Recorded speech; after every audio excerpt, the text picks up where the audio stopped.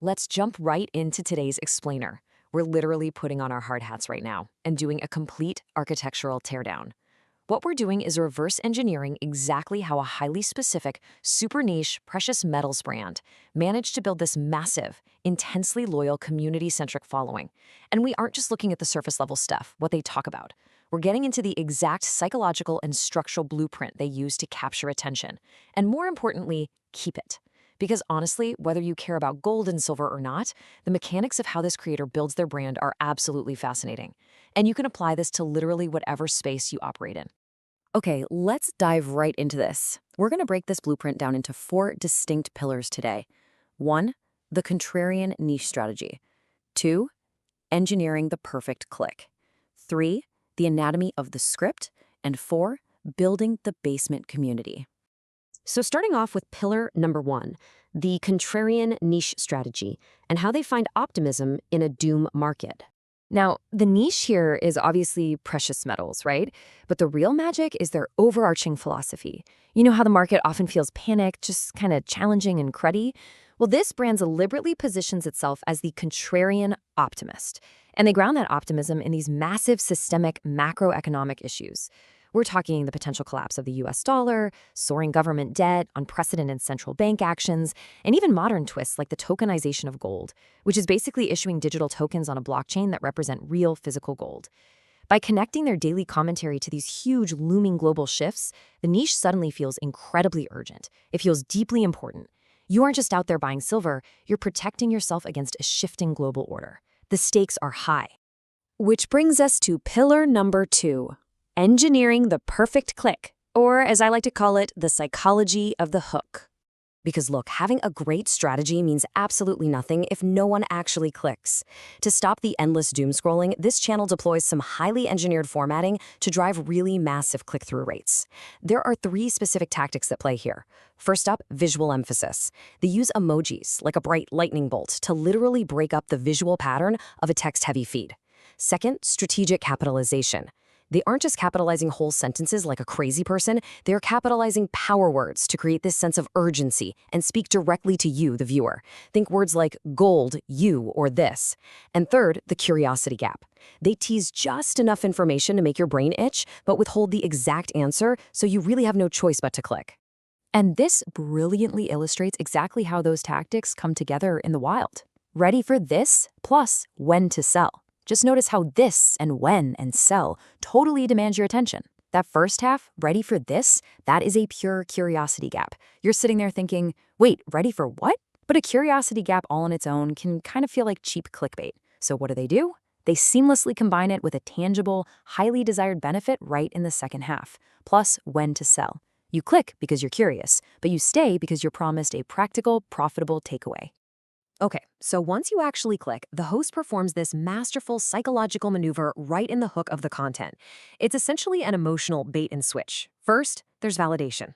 The host starts by acknowledging the viewer's anxiety, totally validating that widespread sense of doom everyone is feeling. But then, almost immediately, they execute the pivot. They introduce completely different real-world news and technical reasons to remain bullish. So they literally take the viewer from a state of validated anxiety to this powerful, sudden sense of relief and optimism. It's brilliant because it creates an instant emotional bond. So now that they have your trust, how do they actually deliver the information?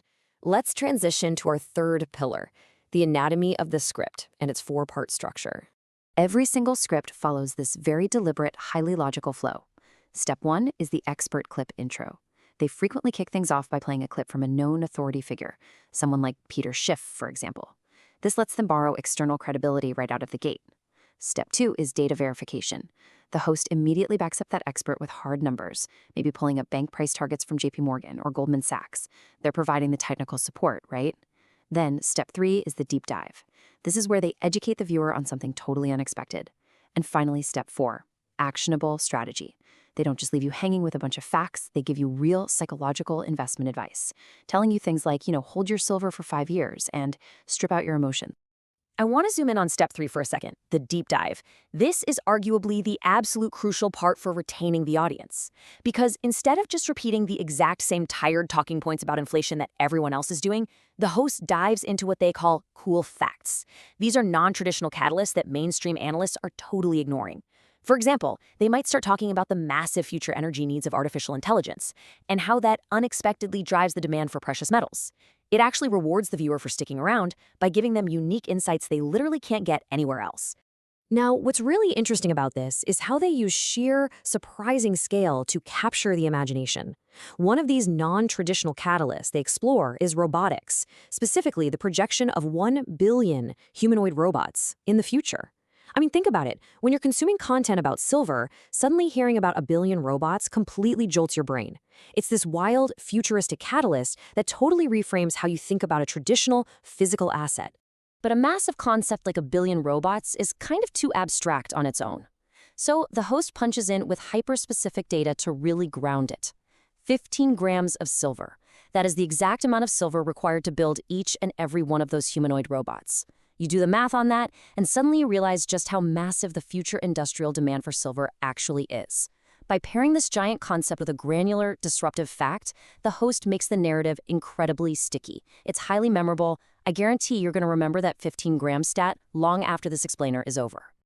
Which brings us nicely to our final architectural pillar today, building the basement community and the everyman expert persona.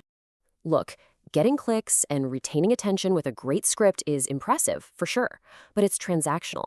How do you actually convert that attention into a loyal, borderline cult-like community? Well, it all comes down to an incredibly authentic tone. The host literally films the content down in their basement. They use colloquial language, casually throwing around phrases like "pardon the pun" or "we'll cut him a little slack." They act like a knowledgeable peer, an everyman expert, rather than some guy in a stiff suit sitting up in a corporate high-rise. And crucially, they offer calm, steady reassurance. Even when they're discussing the economy sinking like the USS Titanic, their energy is totally unbothered. It's confident. To the audience, who the host affectionately refers to as the basement dwellers, this tone is a complete refuge from the constant panic of mainstream financial media. And a huge part of that authentic relationship relies on transparency. The host frequently uses this exact literal disclaimer: "I don't give financial advice." Now, you might think throwing in a disclaimer would break the spell, right? But it actually builds deep, deep trust. It sets a boundary. It shows that the creator is responsible. And paradoxically, by clearly stating they aren't your financial advisor, it gives them the freedom to offer these incredibly valuable pieces of advice about risk management and stripping out your emotions without ever crossing any professional lines. It seriously makes the audience trust them more, not less. So, we've successfully torn down the structural and psychological blueprints of this brand. Everything from finding optimism in a doom market to engineering the absolute perfect curiosity gap, structuring a 4-part script that hooks and educates, right down to adopting that calming, everyman expert persona. The strategy is honestly brilliant in its execution. So the question I want to leave you with today is this. Looking at this model, how can you apply this exact contrarian blueprint to your own passions, your own business, or your own brand? How can you become the calm, optimistic voice in your own basement? Really think about it. Thanks for hanging out with me on this explainer, and keep